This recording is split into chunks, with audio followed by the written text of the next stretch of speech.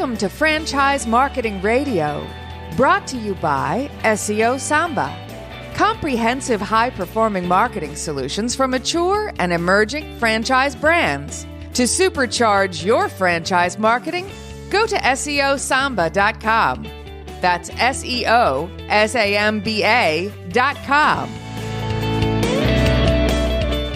Welcome to Franchise Marketing Radio. Stone Payton Lee Cantor here with you this afternoon. Lee, this is going to be a fantastic segment. Please join me in welcoming to the broadcast CEO and co-founder with Wing Zone, Mr. Matt Friedman. How are you, man? I am wonderful. So is it Lee and Stone or Stone and Lee? Oh, no, I get top billing. He Stone always and Lee. gets top billing. I founded the business, but he gets top billing. I'm the marketing guy. What can I say? They're both great radio names. Are they? Well, Matt, before we get too far into things about Wing Zone, tell us about your business. How are you serving folks? Well, we are a fast casual restaurant that focuses on some amazing wings in 17 different flavors. We don't call them sauces at Wing Zone. We call them flavors. And there's about 80 Wing Zones in the entire chain. And we are based here in Atlanta. And I started the company with my fraternity brother in 1993. So 26 plus years ago. Pretty amazing. And then you started it as, was it kind of a goof, or like you were like, hey, let's make a wing business? Or did you say, hey, let's make some wings and these are good and other people like them? Truthfully, it was a complete gamble. We had no experience, no knowledge. We were passionate about starting a business and felt that wings were a great fit for the market we were in, which is in Gainesville, Florida. Right, a college town. And at the time, was this early in the wing evolution? It was so early in the wing evolution that you couldn't get a wing in Gainesville, Florida. I like to always relate it back to some dollar amounts of menu pricing and what we paid. So currently it's Super Bowl week 2020. A case of chicken wings from a wholesale perspective is about $90. And how many wings is that? That's about 250 wings in a case. So in 1993, it was an $18 case. So it was just, it was the good old days where it was an inexpensive food. People loved it. And that's what people got so attracted to it. Now it's a different beast. How did you come up with how to cook them at that time if you didn't have that experience? A lot of trial and error. I mean, ultimately, we didn't have the internet or, YouTube videos to watch. How to make a great, the Food Network buffalo wing. But, I think part of it was, I grew up in Long Island, New York, but have a lot of family in upstate New York in Buffalo. So as a kid growing up, I used to go up there and just devour wings. So wings were a thing there. It was only in upstate New York. It wasn't in probably the 1980s. Really? So it's in the 80s. It became a thing. Yep. But it was kind of just very regional, very local in that area. That is correct. The only place probably in the world where you could get true, authentic buffalo wings was in upstate New York, probably in the 70s and 80s, and then it eventually kind of caught on. And, I mean, listen, I've created a business and a brand about it, and people are just fanatical about wings. And then at the time when it first started, were wings, they were fried, and then sauce was placed on it afterwards? Yeah, so everyone wants to know kind of what the secret recipe in making great wings is.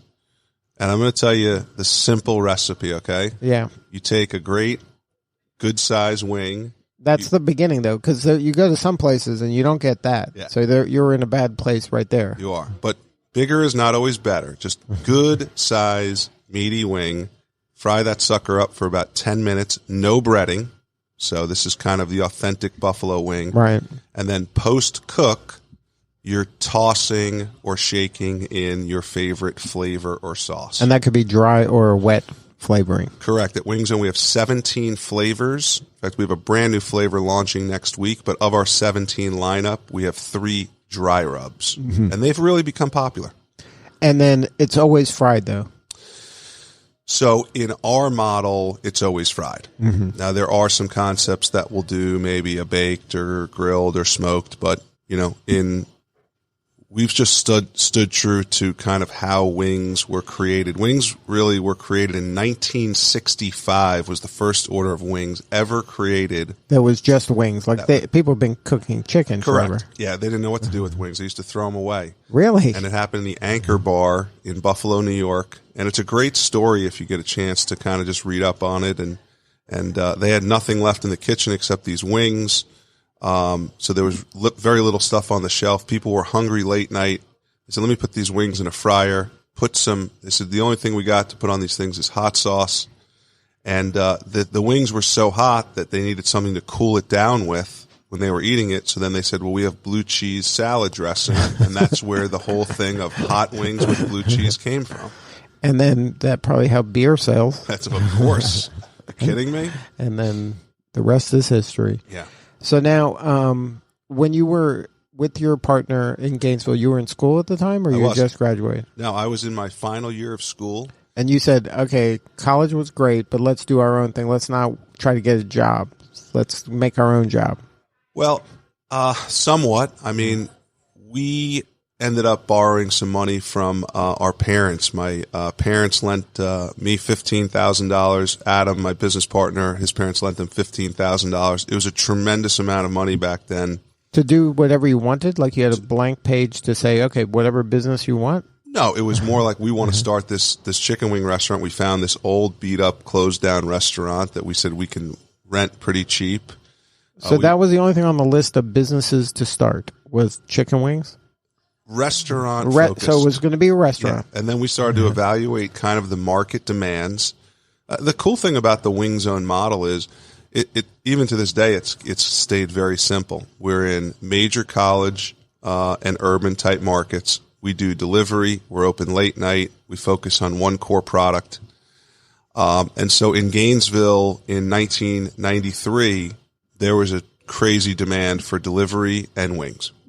And then you were able to satisfy that. So how'd you get delivery down so quickly? That's a challenge for a lot of brands. It absolutely is. And for 26 plus years, we've been doing our own delivery instead of all these, third parties that have come out of the woodwork.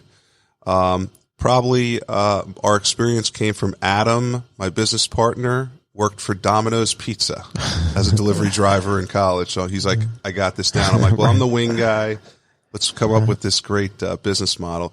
It's pretty intense that we have been great friends and business partners for such a long time. Mm-hmm. And both of you are here in Atlanta? We are both here in Atlanta. We do very different things for the company. So I'm really more into, sales and marketing. You're evangelizing the brand? Yeah. I'm the face of the company, and he's the brains behind it, I think. And then, so every day he's kind of the operations and making sure that the wings are going where they got to go. And that's probably, we have a team of people now. In our office here and our, who we have working for us, we have 9 people. Some of them do different things, marketing, accounting, operations, training. So Adam and I really are the leaders of the company and hoping it goes in the right direction as it has been. Now, at what point were you like, okay, I think we can franchise this? That's a wonderful question. I think we opened 5 of our own restaurants, all in the state of Florida. And we opened our 6th store in Atlanta, brought us to Atlanta and Georgia Tech. And once we kind of got to that point, we said, we really have something going on here. We had learned each time everything from location, from service, from how to train people. And we just got down to a point where we're like, we got something here. But I think at the end of the day, what really occurred was people were very intrigued by the business model and what we were offering. And they kept coming to us saying, I love your concept. How do I invest? How do I get one of these in wherever I am? So now, when you were in Gainesville, what was the first location outside of Gainesville? So we had opened our second location in Gainesville. And so you had 2 in Gainesville. Geographically, how'd you decide how to spread them out? Just kind of gut feel? Whoever had the cheapest rent, I think. It's very scientific. And then you were like, at some point you said Orlando, which is like 2-3 hours away. 2 hours. We kind of drew the circle. Orlando was 2 hours. Tallahassee was 2 hours. So it was a good base to be able to hit certain markets. And really we were going after big schools. So we had Florida State and we had UCF in Orlando. and it was kind of the model that we kept rolling Right. with. And then, so when you were hiring that first person that you couldn't kind of keep your eye on them, how'd you feel about that? Listen, I really believe that when you're starting a business, you need to be as hands-on as possible, and we live that even to this day. So we would move to the particular market. So you moved to Orlando for a period of time. To Orlando, and you were running the show. I'd bring my best manager with me, mentor them, really kind of watch over them, and be there for anywhere between 6 months and a year until things were really rocking, and then move on to the next one. I was a road warrior. So for the first few years, you were living for 6 months or so in Every Market, and you were kind of hopscotching around the area? I was a single guy with a van. Guy in a van and wings. The sweet smell of wings trailing behind. Yeah. So then that got you to eventually to come here. At some point, though, you had to trust other people to do this, right? Of course, yeah. I think that, we were strategic in kind of bringing on the right person. I think the smartest thing we did was Adam and I moved to Atlanta. We had a small office, 2 rooms and a reception area, and we hired a really good office manager that kind of helped us get organized. But we were the ones selling it, training it. But each step of the way, we brought in some talent, and that's important as well. I think talent and experience is key, especially when you're not an expert in the business. Mm-hmm. So now, was there anything that happened that you, looking back, you go, you know what, that was that got us to another level? Can you look back and I do. I think that there's been 2 snapshots in time that were monumental for our business and our growth. Number one was the first franchise we ever opened, which was in Tuscaloosa, Alabama in 2000. So just about 20 years ago, was a huge success. And I think, if it wasn't, it could have just all crumbled. Mm-hmm. So we had the right franchisee in the right market, who was really he followed kind of the system and was just passionate about it. So, people want to validate and see how others are doing before they jump in. So that was a huge opportunity for us. Now, did you vet a lot of people to land on that person, or did that just was it serendipity? It all just kind of worked out? He was a young guy that just was like us, and he's like, I love this, and he was just passionate about wings, but didn't have any restaurant experience. But we really looked at it like market, proximity to where we were. Did it work?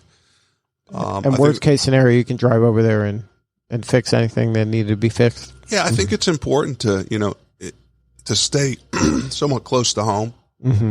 Drivable if you had to get there in a few hours to check it out. And then the other big thing for us was, and people thought we were crazy to do it, was in 2010 we opened our first international store, and we went down to Panama in Central America. And Panama ultimately was a great testing ground for us because it's like the United States, but it's obviously a different language. It's a different culture, so to speak. And isn't it a different palate? They follow a lot of the American stuff. I mean, if you've ever been down there to Panama City, Panama, I mean, it's similar to Miami or some, Caribbean type of area. And we had great success. In fact, we're just this spring we'll be opening our 20th store in Panama. Wow. So it's been a phenomenal run down there, and we are just known as kind of the wing spot in Panama. Right. And then is it kind of a master franchise, or is that you have 20 individual people running things? Yeah, so we have one franchisee down there who's what we call an area developer. So they own and operate about half of their units, and then they franchise to other people, the other remaining ones. Now, how does your growth look right now? Is this are you in a high growth mode at this point? I think we're in a really smart strategic growth mode. I think it's really about quality over quantity. I think for us, we're opening about 5 to 6 domestic new restaurants a year. mainly franchised. And then international, it's about 10 to 12. So for our type of business, opening about 10 to 15 new units a year is a perfect number that keeps us flowing and revenue growing. But listen, it's a competitive landscape out there. You know, there's a lot more chicken choices in today's world than there were when you started. Absolutely. I mean, I will tell you, the business back in the day was simpler. I mean, it was just a different beast, so to speak. You know, consumers are demanding right now. There's nothing wrong with that, but you have got to be on your game. I really believe that if you're just an average business, you will struggle. You better be great or pretty darn close to great. Now, what is the profile of your ideal franchisee? You know, is it you 25-year-old guy that's hungry, that's going to make it happen in their college town?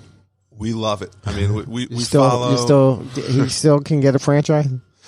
You know, I think the problem is it's just gotten more expensive, but we're still a modest investment compared to others. So to open a Wing Zone franchise is about $300,000 to get your doors open. So you need probably $75,000 to $100,000 liquid. So that 25-year-old guy may not have that. That's not easy to get. But his parents might. They can buy him a job. That's true. That's true. But you know, when you're when it's your money on the line, you're going to protect it and make sure that it's handled properly. But ultimately, we really look at candidates based on geography, experience, and something that we just is important to us to, like, do they fit our culture? And you know, we're not a public company. We don't really answer to some large investment group. I mean, it's Adam and myself. We're a very profitable company, privately owned, no debt. So ultimately, it's really, is this person the right fit for what we're doing? Right. Do you want to hang out with them at the franchise meetings? You know what? It's an interesting statement, because I think listen, it's a business relationship, but you develop a relationship more than that. I mean, you learn about them, their family, their hobbies, what they like to do, and you should want to enjoy spending some time together. Right. And right now at this stage, are you getting people that are buying multi-units? Are you looking for that type of person rather than the person that, hey, I'm from Auburn, so I'm going to put one in Auburn, and I'll be the Auburn guy? Yeah, you know, I think that for us, we have really gone after the single unit.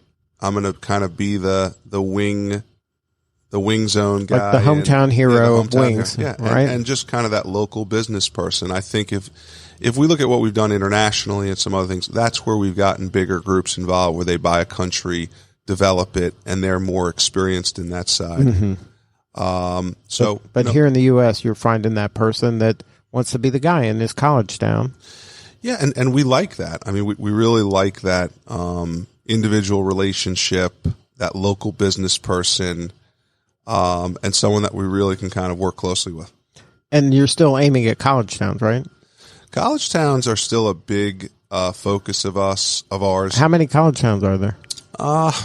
There's probably we've selected that if you looked at major college markets with 10,000 students or more, there's over 400 that are viable for us. Now, some of it's geographically driven. Like, we're really trying to grow in a certain geographic area, which is the Southeast U.S., about a 7 to 8 state region. So then you kind of, narrow it down. I think the college campuses are different than what they once were. There's a lot more options on campus for students. We've actually opened 4 wing zones on campuses through some of the universities. So we kind of have played in that arena a little bit as well. And then for you, is it like the occasion? Is it mostly late night, weekends, like, Super Bowl, obviously, like big events? Is that kind of the rhythm of the business? Yeah, I think, listen, it's the core product is wings, right? It's a messier product. It's not really the office environment. I mean, we're not, right. We're in this beautiful, you guys can't see this, but this 75-story building. These guys have the penthouse up top. Exactly. It's phenomenal. I can't seeing believe the world below us. It's amazing. So for us, I don't know. What was the question again? The question was, in the college towns are still kind of viable. Yeah, I mean, listen, there's it's a captive audience. They're in need of convenience. College students are lazy people, so when you can bring it to them, they love it. Does Wing Zone sell beer? It's all to go, right? It's really all to go, takeout, delivery. We do dine in, but we're not a sports bar or that type of model. So you got to think of us almost like the Domino's Pizza or Jimmy John's of wings. Right. So it's meant to be either to go or pick up to go. It's not meant to be consumed there. I mean, you're right. I think less than 10% of our overall revenue is consumed on site. So then, but do they have kind of liquor license to get beer and wine licenses? I mean, we have a handful of restaurants that that's do not it, really the core part of the business. I mean, it's really like I'll have a beer and while my food's being cooked. I mean, we're a cook to order concept, which people I think do appreciate. I mean, sometimes we got to educate people that it's going to be about 10 to 12 minutes for your order. Right. It's not just sitting there waiting for you. No, and that's just not what we do. But that's another point of differentiation, right? We think so. I mean, I think that it's really just an education piece where people are like, well, why does it take 10 to 12 minutes? Well, we're cooking your food to order. Right. That's how long it takes. Do you want it faster or better? Yeah. No, I'm with you. And then for you, the evolution of the menu, has it been that dramatic? More on flavors. I think flavors is just we're passionate about it. We love innovation and trying new things. So when we first started, we had 2 flavors. It was like mild and hot. Then it became 5. And then now we have 17. We have 4 new flavors being launched in 2020. We try things and see what sticks and what doesn't and some of that stuff. So to me, that's been a big focus of ours. We've expanded into the wing category, so to speak. I mean, boneless wings is become a big thing, although for all the listeners out there, it's not a deboned wing. Right. Okay? It's more of a chicken breast chunk. But we just, in August of this year, we launched a new product called a thigh wing, which has been phenomenally successful. So it's dark meat. It's dark meat on bone. Right. Looks like a wing, tastes like a wing. But it's really a thigh? And it's half the price of a wing. Wow. So now you're going to slowly get the whole chicken in there, right? Over time. I mean, we do tenders, original wings, and thigh wings. So what's left? You got the neck, the feet, the feet, and the neck, and the beak. Beak. They call them paws. Paws.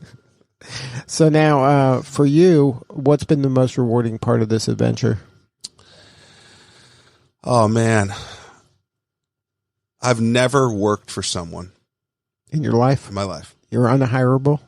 I'm unhirable. If I don't make this go long term, it's game over. I'm gonna be, living back in that van. I may be living in that van. So, I love the challenge of this business. I love the relationship that we develop with key suppliers, our team in Atlanta, our franchisees, but. Some people are just born to be entrepreneurs. Mm-hmm. I really believe it. And I think it started as a young age with me with just being very competitive in school and relationships and sports. And I treat business as just a competition. And I want to be better than the next guy. And you have an opportunity to kind of create your own future.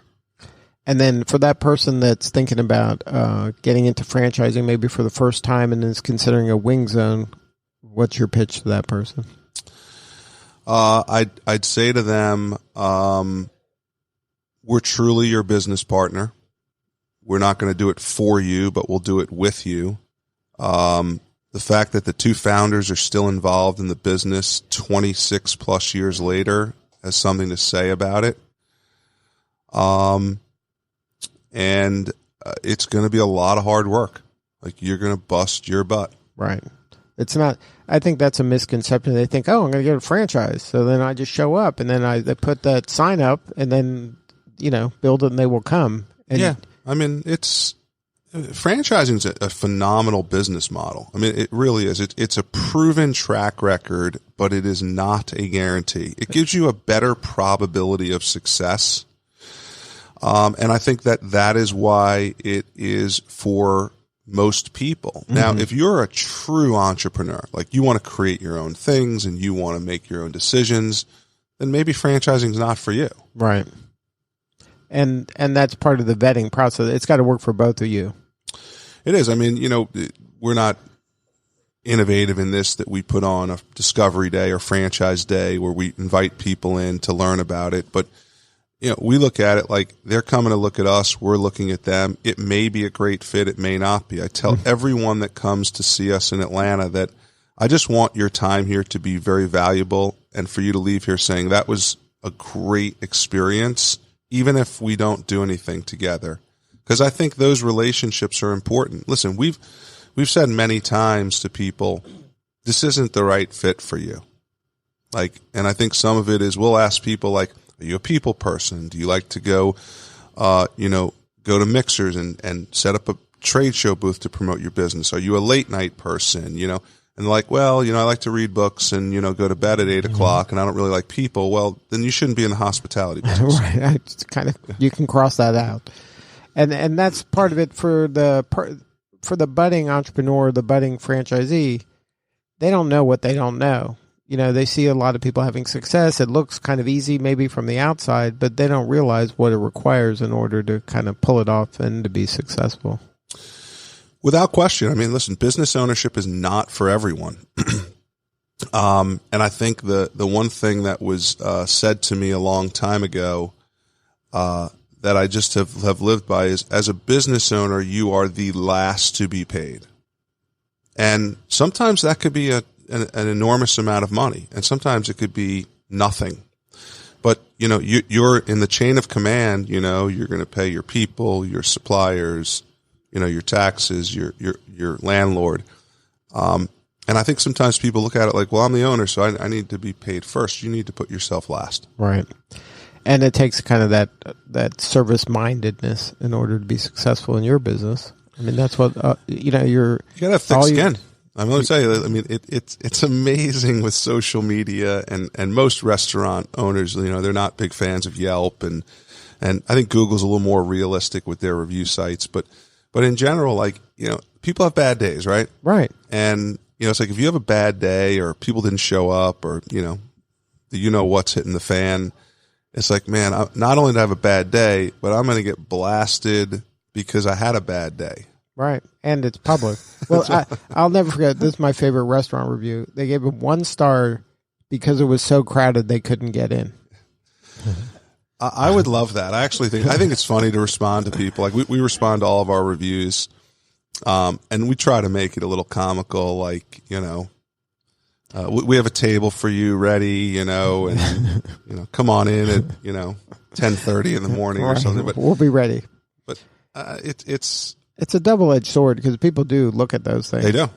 I mean, I truly do. I mean, I do.